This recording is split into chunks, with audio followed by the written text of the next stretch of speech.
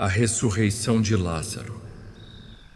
Era uma manhã ainda fresca, e a poeira do caminho subia suavemente sob os passos apressados de um grupo de homens que se misturavam à multidão. O sol ainda espiava por trás das colinas, mas já iluminava com delicadeza os rostos curiosos que vinham de longe, cada um trazendo no coração uma pergunta, um desejo, uma esperança. A vila de Betânia parecia como tantas outras, mas naquele dia havia algo no ar. Era como se o silêncio carregasse uma expectativa antiga, daquelas que fazem o tempo parecer mais lento. E ali, entre tantas casas simples de pedra e terra, vivia uma família amada por Jesus. Lázaro era o irmão mais velho, homem de poucas palavras, mas de coração grande. Tinha um olhar firme, mas sereno, como quem já entendeu que a vida é feita de mais do que aquilo que se vê. Marta, sua irmã, era prática, ativa, sempre atenta aos detalhes da casa, da comida, da hospitalidade. E Maria? Maria era diferente. Silenciosa, sensível, com olhos que pareciam olhar para dentro das pessoas. Quando Jesus estava por perto, era ela quem se sentava aos seus pés, como uma criança que não quer perder nenhuma palavra, nenhum gesto, nenhum respirar do Mestre. Jesus gostava daquela casa. Era refúgio. Era lugar onde ele podia simplesmente ser, sem pressa, sem disputas, sem armadilhas. Ali, ele era acolhido, amado, compreendido. Mas os dias são como rios, nunca param. E em uma dessas manhãs, algo mudou. Lázaro adoeceu. A febre veio primeiro, sorrateira. Depois vieram os calafrios, os tremores, a fraqueza. Marta tentou de tudo: ervas, compressas, orações. Maria ficava junto dele, segurando sua mão, cantando baixinho salmos de Davi, tentando esconder as lágrimas. Mas o tempo impiedoso parecia querer arrancar Lázaro da vida. Então elas mandaram chamar Jesus. O mensageiro saiu às pressas, andou rápido, quase correndo, buscando o mestre que estava do outro lado do Jordão. A mensagem era simples, mas carregada de dor. Senhor, aquele a quem amas está doente. Mas Jesus, ao ouvir, não se levantou imediatamente. Disse apenas: esta enfermidade não é para a morte, mas para a glória de Deus, para que o Filho de Deus seja glorificado por ela. E permaneceu ali por mais 2 dias inteiros. Enquanto isso, em Betânia, Lázaro piorava. As mãos ficaram frias, a respiração fraca, os olhos opacos, e por fim, Lázaro morreu. O choro foi imediato. O lamento dos vizinhos se misturava ao silêncio de Maria, que parecia ter perdido um pedaço da alma.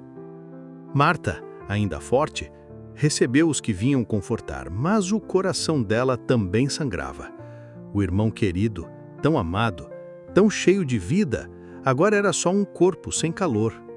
E Jesus não chegava. 4 dias se passaram. 4. Tempo suficiente para que a esperança se calasse de vez.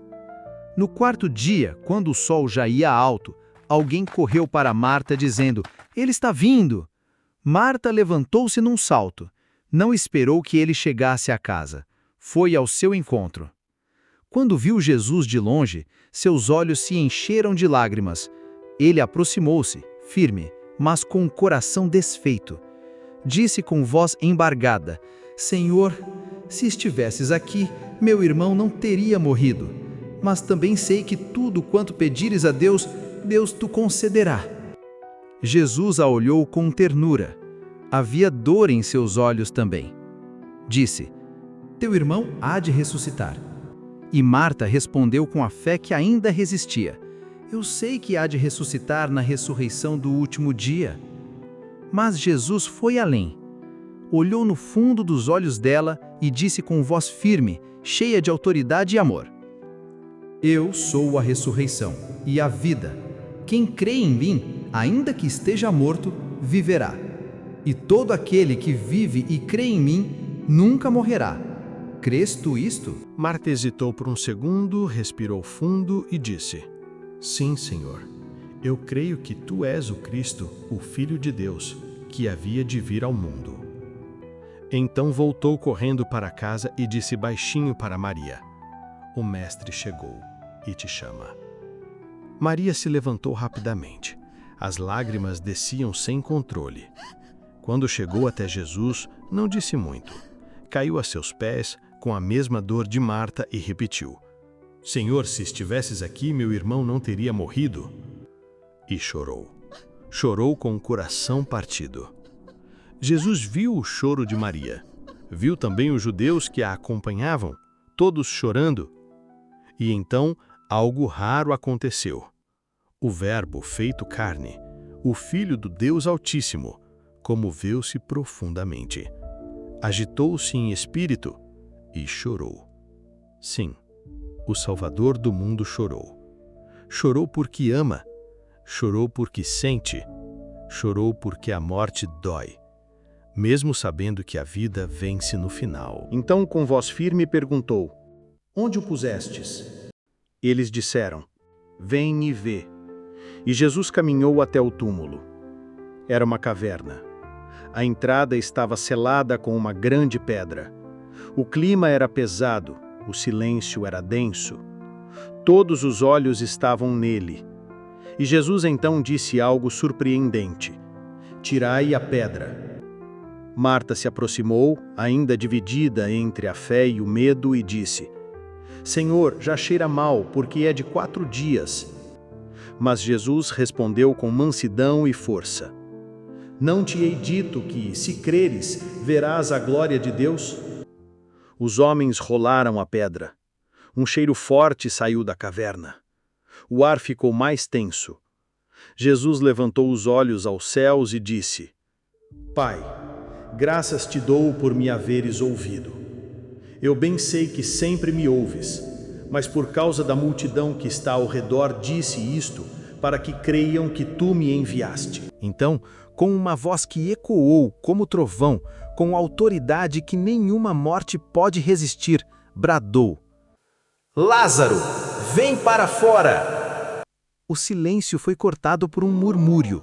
Os corações dispararam. E então, dos confins da escuridão, entre as sombras da morte, algo se moveu. Lázaro surgiu! Enrolado em faixas, o rosto coberto, os pés e as mãos ainda atados, mas vivo, vivo! Um grito de espanto se espalhou. Uns caíram de joelhos, outros choraram alto. Marta cobriu a boca, atônita.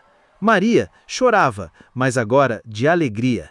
Jesus, com um leve sorriso, disse: Desatai-o e deixai-o ir. Aquele dia ficou marcado para sempre. Em Betânia, ninguém mais olhou para a vida ou para a morte da mesma maneira.